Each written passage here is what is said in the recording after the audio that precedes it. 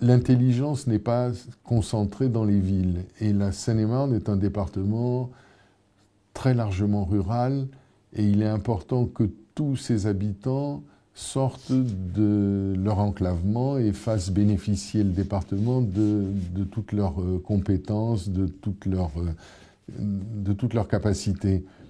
Seine-et-Marne numérique, c'est une étape dans la réalisation d'un projet qui a démarré en 2002.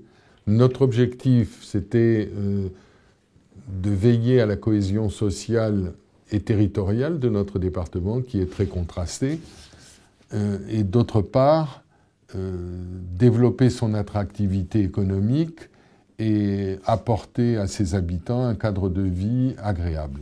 Les 1300 km du réseau Sémaphore 77 nous ont permis de desservir 207 zones d'activité et 589 sites publics. Tous les lycées, tous les collèges, les établissements hospitaliers, cliniques, etc. sont raccordés ou ont la possibilité de se raccorder au réseau Sémaphore.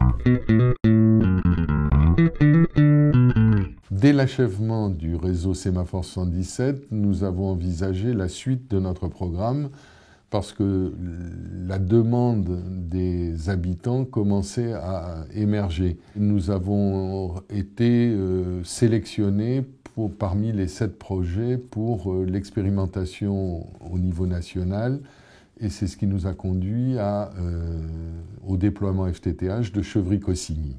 Nous n'attendions pas une nouvelle DSP pour engager des opérations FTTH. Nous avons profité de la marge de manœuvre que nous avions dans le cadre de la DSP Sémaphore 117 pour réaliser un certain nombre d'opérations. Il y a eu celle de Chevry-Cossigny et ensuite celle de Vers-Saint-Denis et de Cesson.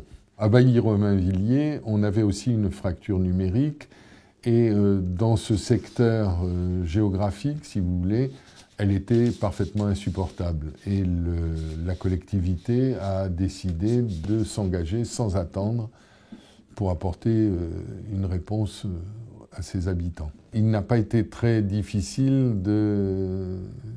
d'entraîner les adhésions au syndicat mixte qui s'est donné comme objectif justement d'apporter le FTTH partout en Seine-et-Marne. Une couverture à 100% dans les 20 années à venir. Sans un engagement de la collectivité, la Seine-et-Marne aurait été décrochée de l'ensemble Île-de-France.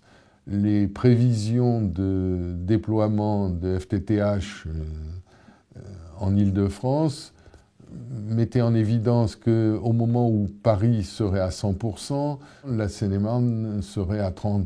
Donc c'était insupportable et on ne pouvait plus rester dans la compétition. Il fallait impérativement aménager notre territoire.